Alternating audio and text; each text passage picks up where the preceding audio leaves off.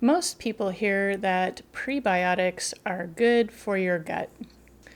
But during a flare-up, whether it's from C. diff, IBS, post-antibiotic use, or even colitis, prebiotics can actually make things feel worse. Prebiotics can support gut recovery, but the timing has to be right.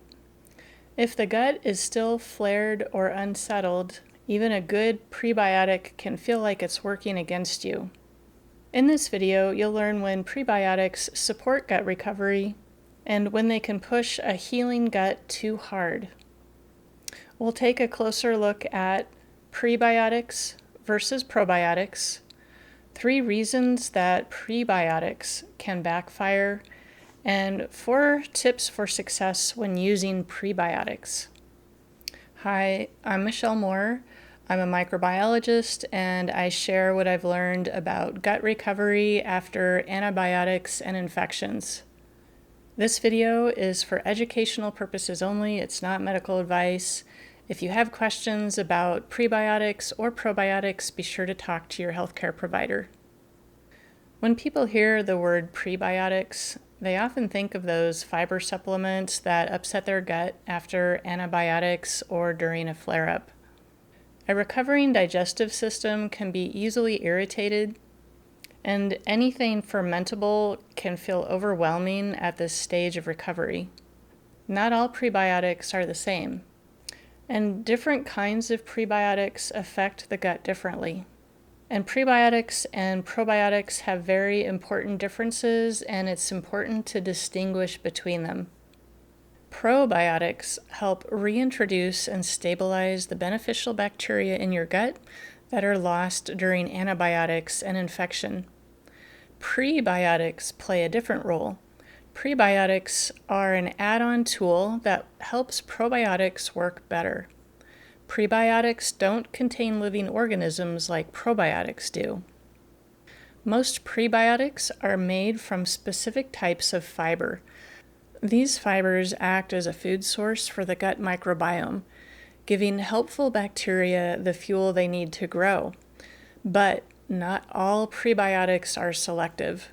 Broader fibers like inulin and fructooligosaccharides, or FOS, they can also feed microbes that are already overactive in conditions like IBS, SIBO, or during recovery from gut infections, especially when the gut is irritated or out of balance.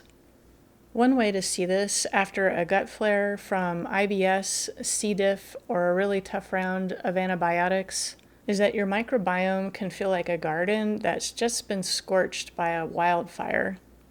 Probiotics are the new seeds that are being planted, and prebiotics act like the fertilizer that helps the roots grow strong and deep when the soil is ready. There are different types of prebiotics, and they are not equally tolerated. Many people react to the rougher, bulkier fibers such as inulin or those fructooligosaccharides, especially when the colon is still inflamed or sensitive. Gentler and more targeted prebiotics such as GOS, XOS, or certain HMO-style compounds are designed to selectively support beneficial bacteria without broadly stimulating the rest of the microbiome. And I'll share more about these in just a few minutes. This distinction becomes important after a C. diff infection or another gut imbalance, where the gut lining is inflamed, bile acids are disrupted, and the microbiome has lost much of its diversity. At this state, probiotics belong at the center of the recovery process, while prebiotics are something to add later on as the gut settles down. Let's look at 3 key reasons why prebiotics can backfire early in the recovery process, especially if the gut is still sensitive or imbalanced. Some studies suggest that prebiotics can help during C. diff treatment, while other studies show they can be too much for IBS or other sensitive gut conditions. What's often missing from the research is how reactive a healing gut can be during a flare and in the weeks after. First, the colon is raw and inflamed after an infection or during a flare-up. The protective mucus layer in the intestines is thin, the intestinal lining is irritated, and the bile acids that help digest fats can be disrupted. So even gentle prebiotics can be too stimulating and cause negative symptoms, which can include sudden gas, bloating, cramping, urgency, and even loose stools. Now, all of these symptoms can feel frightening because they are similar to the symptoms of infection relapse. Pre-existing conditions that affect the gut are a second common reason why prebiotics can backfire. Now, this applies to people who have a history of IBS, post-infection IBS, which can follow C. diff or other gut infections, or any inflammatory gut condition. Research shows that certain fermentable fibers, especially inulin and fructooligosaccharides, can increase gas, bloating, and stool frequency. And it's important to note that these broader prebiotic fibers can activate microbes you'd prefer to keep quiet.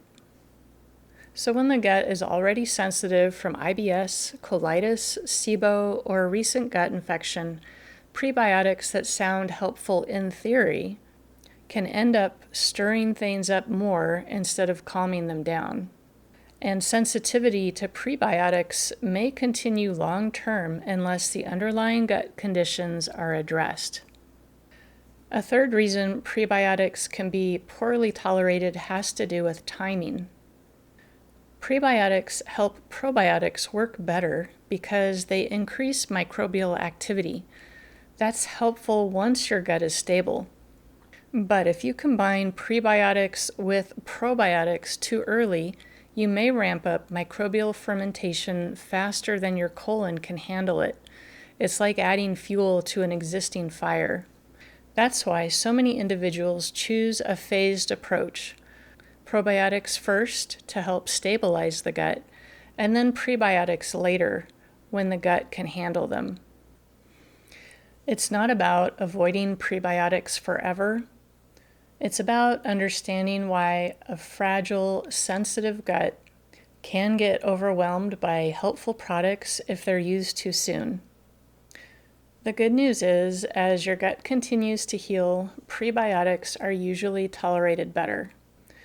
This usually happens after probiotics have had some time to begin restoring the microbiome. You'll know you're entering this restoration stage when meals no longer trigger sudden digestive flares, your stools become more firm, and your system feels more stable from one day to the next. After your gut feels more restored, the gentler types of prebiotics can help nourish the beneficial bacteria that are already there, especially the species that support gut lining repair, healthy immune balance, and resistance against unwanted overgrowths.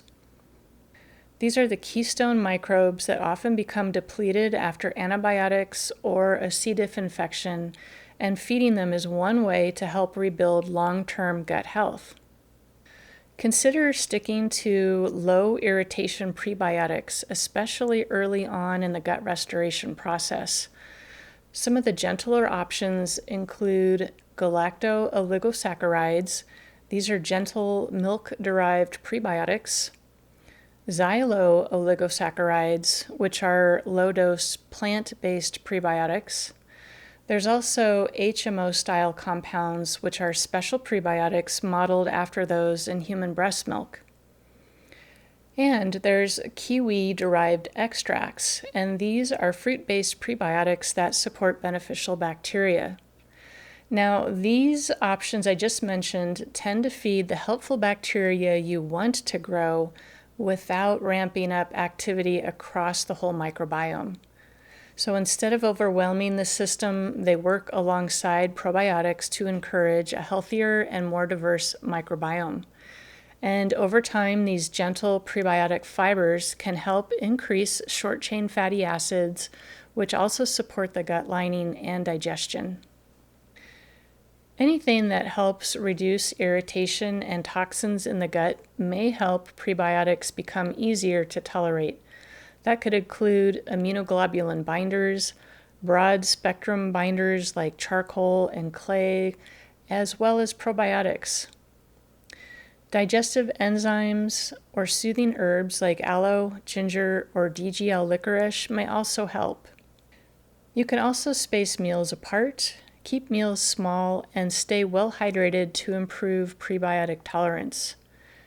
And if you're ever having a symptom flare, it can be helpful to temporarily pause or reduce the dose or even decrease the frequency of your prebiotics. And lastly, a great way to use prebiotics is for long-term gut maintenance.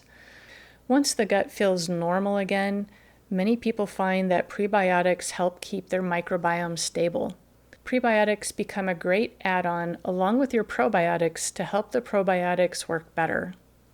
So prebiotics are a great way to support your microbiome later in the recovery process.